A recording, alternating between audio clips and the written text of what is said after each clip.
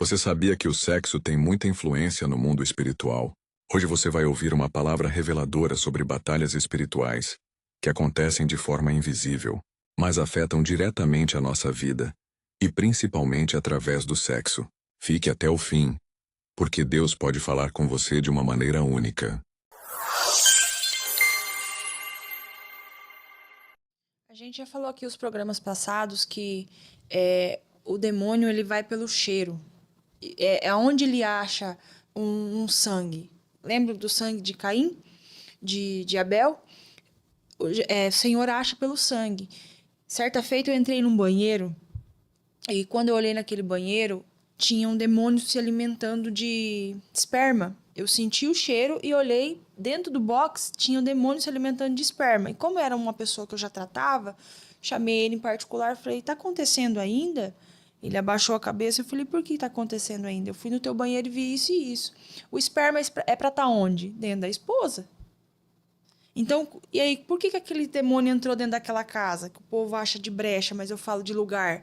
Porque a pessoa derramou, e aonde tem um sangue derramado, tem um altar, tem uma força, tem uma energia, e eles vieram se alimentar. Porque se sangue é moeda de troca, se eu estou derramando aquele sangue, se não foi os anjos que estão colhendo dentro da aliança do matrimônio, foi quem? Foi demônios. E aí você que toca, você está lá tocando, tem como só aquele som ficar naquele ambiente? Não tem, ele vai reverberar. Então, a mesma coisa o sangue, aquela força. E ele tinha 2 filhos, ele tem 2 filhos. Então, a hora que aquelas crianças entrar no banheiro, elas vão sentir o quê? Uma vontade de fazer o que elas não sabem. O que elas vão fazer? Mas elas fazem. 3 anos, 4 anos, de caso de criança. Eu fui para Santa Catarina cuidar de uma mulher e ela me hospedou num quarto. E aí orei e tal, só que eu não conseguia dormir. E a primeira noite, segunda noite ali, aquela opressão, e eu senti um desejo muito grande de se masturbar. Falei: "Mas o que está acontecendo?" Eu já peguei. Falei: "É o ambiente, é essa cama."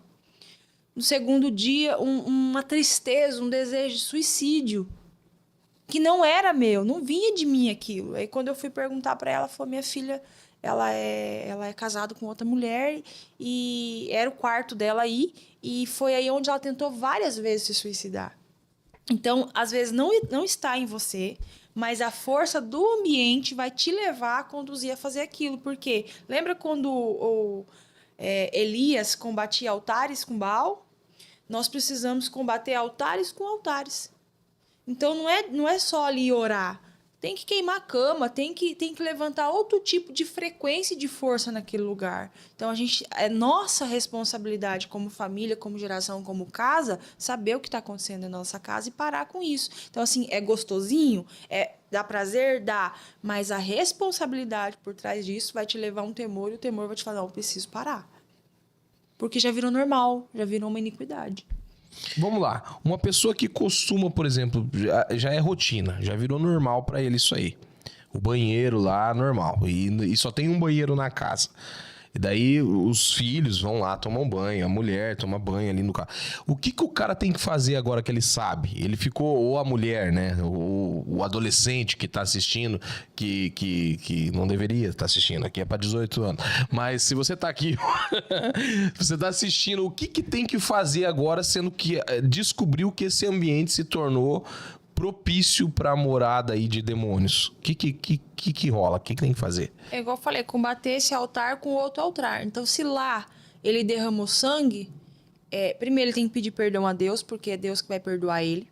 Segundo, ele precisa confessar para alguém. Você só é sarado quando você confessa para alguém fisicamente, olho no olho, conversando, porque aquela pessoa precisa receber a sua confissão. Você vai sentir vergonha, você vai fazer um caminho de volta, você vai ser exposto. Então não é só fazer cagada e ir lá falar com Deus. Deus te perdoa, mas ele só te sara quando você confessa. Confessai as vossas culpas uns aos outros para que seja sarado. Depois vai ter que conversar com a esposa, porque aquele corpo que ele defraudou é dela. E aquilo que era para ser usado com ela foi jogado fora. Então, ele profanou, ele manchou aquela cama, aquele casamento por algumas coisas. Então, falar com a esposa, e aí naquele banheiro que ele se masturbou, é lá que ele vai chorar. É lá que ele vai pedir perdão. É lá que ele vai se arrepender, porque daí aquela energia de arrependimento, a energia de choro, a energia de gratidão, ele vai levantar um altar de oração ali onde ele profanou. E aí, é lógico, os demônios vão embora, na confissão de perdão, aquele que confessa e deixa. Confessou, parou de fazer, alcança a misericórdia. Então, quando ele vir ali, já não vai ter mais demônios. Mas aí ele vai precisar remover o quê? A frequência e a energia. Com o quê? Com oração, com arrependimento, com súplica. Aí é levantado outra energia, outra frequência naquele lugar. Ó, vamos lá. Eu falei pra vocês que hoje o programa ia ser cabuloso. Então, assim, se tirem as crianças da sala, porque hoje nós vamos perguntar tudo que tem que perguntar aqui. O Yuri tá igual na escola, ele tá assim, ó. Né? Já vou passar pra você que eu vou fazer só mais uma pergunta nesse assunto, daí eu deixo você fazer a sua, só pra não perder o fio da meada, pode ser? Vai. Vamos lá. Entendeu? Então o assunto é cabuloso mesmo, então você se cuida aí com as tuas crianças. Vou tentar perguntar o máximo possível aqui. Vamos lá, uma polêmica aqui. Por muito tempo, na Igreja Católica, me perdoem os irmãos católicos se eu falar alguma besteira, porque eu sei que tem muitos aqui, vocês me corrijam, porque eu a vida inteira fui protestante. Desde os 3 anos até hoje, com 40, eu sou protestante. Então eu conheço a linha protestante da parada. Então se eu falar uma besteira, você me corrige. Mas por muito tempo a Igreja, ela não achava certo o uso do preservativo. Não. Só teve uma época da igreja que a igreja falava, não, a parada é para procriar. Existem até algumas outras igrejas protestantes até hoje que tem essa linha. Não. Opa, não é assim que funciona. Por que eu toquei no assunto do preservativo? Quando você diz que o sangue branco, ele foi projetado para ser compartilhado com a sua parceira, quando você está em uma relação com ela, com um preservativo, e ele é preso, ou ele é dispensado em outro lugar, e isso é errado perante o Senhor, como é que funciona isso aí daí? É uma boa pergunta. Você tá sorrindo porque é uma boa pergunta. Vai lá. Antigamente não tinha esses métodos, né, de contravenção aí, para prevenção, mas não é errado porque a gente tem que entender primeiro que o mundo espiritual ele trabalha com intenção. Qual é a intenção? Prevenção. Então, ainda que tá ali dentro da mulher, vai retirar e vai jogar no lixo. Agora, a intenção é diferente de você se masturbar. É um ato egoísta, é totalmente condenado pelas escrituras. Então, a origem do sexo é um presente de Deus pro casamento. Você vai se prevenir do quê se a mulher é sua? De não ter mais filhos? Ok, tem alguns métodos. É chato, né? Mas é um meio. Agora, às vezes a mulher vai ter que tomar uma pílula, uma injeção, ou até colocar aquele chip agora que tá desgraçando com os hormônios das mulheres. Mas eu acredito que é o menos agressivo. Então, tudo consta como intenção. Eu não encontrei nada biblicamente para desabonar isso. Mas tem também, quem não quiser usar, tem a tabelinha, que é natural, que Deus criou isso para a mulher, o período fértil, o período que vai ovular, o período que não tem nenhum problema. Então, a pessoa tem que ter uma administração para trabalhar com a tabelinha e não ter nenhum tipo de droga no corpo anticoncepcional, mas também tem a questão da camisinha. Ah, mas e o povo por aí? O povo por aí não tinha nem que estar fazendo sexo. Então, vai quebrar princípio e o princípio vai quebrar. Mas então não é errado. Não. Você quer fazer algum comentário? Eu sempre vou passar para as duas. Eu tô tentando colocar todo mundo na conversa. Não sei se eu quero comentar, não. É melhor pular? É melhor pular.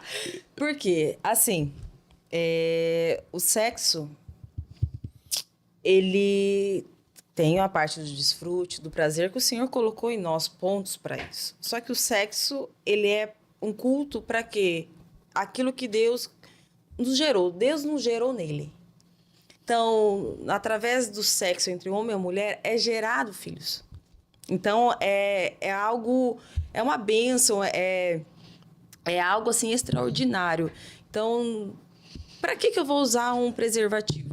A maioria das pessoas que usam preservativo porque elas estão fazendo sexo fora do matrimônio, né? Ou antes ou fora do matrimônio, ou em outras maneiras. O preservativo ali, ele foi colocado primeiramente, nem foi também para não ter filhos, mas foi ali para não pegar doenças.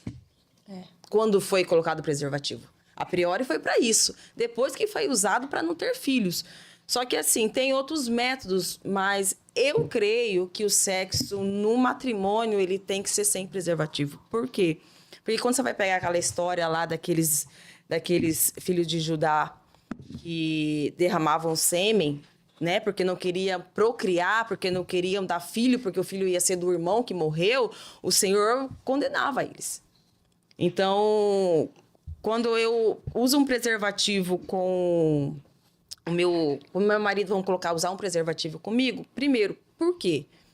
Né? Não quer ter filhos? Então vai usar outros métodos. Mas o sexo, porque o desfrute é da mulher, o sêmen é entrar nela. Já foi feito para aquilo, né? E o dispensar. Se eu entender que eu vou dispensar aquele ali no lixo, eu tenho que entender que aquele ali é uma celebração. É a mesma coisa de você estar no culto, acabou ali o culto, a celebração, porque é o momento mais íntimo que um casal tem com o Senhor, o sexo, as pessoas não entendem isso, num casamento. Mesma coisa se você está no culto, está numa ceia e você pegar e jogar fora. Porque eu já tomei ali, tomei um pouquinho, o resto que sobrou, joguei fora. Na minha concepção, é assim. No meu entendimento, é assim. Então, para mim, eu creio que no sexo entre um marido e mulher, não teria que usar o preservativo. Eu creio que o sêmen tem que entrar na mulher, porque foi feito para isso. A Bíblia não fala que não, também, né, que sim. Também a gente não está aqui para julgar quem usa, quem não usa, né? Tem pessoas que têm alergia a anticoncepcional, tem mulheres que, né, tudo bem. Existe a tabelinha também, porque foi usada dessa maneira. Antigamente as pessoas faziam isso. Só que assim, é uma coisa assim bem complicada de você se falar, porque biblicamente falando, foi feito para o sêmen entrar na mulher. Uhum. Lembrando também que o sexo, quando você tem um ato sexual com alguém, é uma troca de energia, de emoção, de prazer. Só que ele só vai ser selado com o sangue. E a mulher descrente, ela é santificada pelo sangue. E o marido descrente é santificado pela mulher através do sexo. Por onde? Então, é uma troca. Eu te dou o meu Cristo, eu te dou a minha porção, eu te dou aquilo que eu tenho. E aí, se é dispensado também no preservativo, aquilo não vai ser completo. Bom, você falou que não queria responder, é uma boa. Aqui nós estamos para opiniões. Eu achei legal, achei interessante, vertentes de opiniões. Eu, por exemplo, eu tenho um certo medo da questão da tabela, entendeu? Eu conheço uns caras aí que são Abraão na terra, tá? Os caras... Ô, Juninho, um beijo pra você aí, Juninho. Juninho aí, ó, 5 filhos aí, vai confiar na tabela, vai, meu filho. Você queria perguntar uma coisa, Yuri? Fala pra nós. Vamos perguntar aqui. Pegando um gancho ali, como diz o nosso pastor Denis, falando sobre o sangue branco, né? Hoje a gente sabe que a tecnologia avançou muito. Tem casais que, por algum motivo físico, não podem ter filhos e procura a medicina, e dentro disso, um dos exames é o espermograma, né? Até mesmo o casal que decidiu, não quero mais ter filhos. Para você fechar ali no homem, você precisa fazer um espermograma. Nesse caso, embora eu imagine que Deus vai olhar para o nosso coração, a intenção, mas é um pecado que você tem que cometer. Não é verdade? O que a pastora ou a Ju pode falar para nós sobre isso daí? Boa pergunta. Olha, eu não coloco isso como um pecado, porque tudo que você vai fazer... Isso é para um exame, para saber, né, se tem alguma infertilidade ou algo assim. O que a pessoa teria que fazer quando vai fazer esse exame? Primeiro, tudo que você for fazer, a Bíblia diz que você tem que apresentar ao Senhor. Você vai fazer esse exame, como a pastora Débora falou, qual é a intenção? É se masturbar para ter um prazer? Não. Porque... Para um homem, meu marido fez muito esse exame e ele falou para mim, ele fica constrangido. Falou assim, né? Chega ali, umas mulheres te entregam um potinho, te manda entrar ali. Vídeo, revista. Como se fosse bem natural. Né? você tem que fazer aquilo sem olhar nenhuma pornografia, sem olhar nada, tem que... Por quê? Porque é necessário, é constrangedor. E é algo que tem que ser feito. Mas o que faz? Apresenta ao Senhor. Apresenta ao Senhor o que você está fazendo. E quando você fizer isso, você vai orar por aquilo ali. Apresentando ao Senhor qual é a intenção daquilo, para que é aquilo, é para um exame. Então, tudo conta também. É claro que a gente não pode ficar habituado. Eu não posso fazer isso, não posso fazer aquilo. Não, tudo tem uma intenção. É claro que, né, é derramamento, é um derramamento, mas é por um propósito. Não vai ser jogado fora por uma coisa de um prazer, algo que você se masturbou por uma pornografia. É algo feito para um propósito. Para quê? Para ver o que está acontecendo, porque uma vida não está sendo gerada. Ou para algum exame de doença. Não tem outra maneira de fazer. Então, só tem essa maneira de fazer. E eu creio que o Senhor colocou, apresentou isso, ensinou, instruiu alguém. Não, é dessa maneira que tem que ser feito. Então, nós temos que crer, porque eu creio que todas as coisas, toda a ciência vem do Senhor.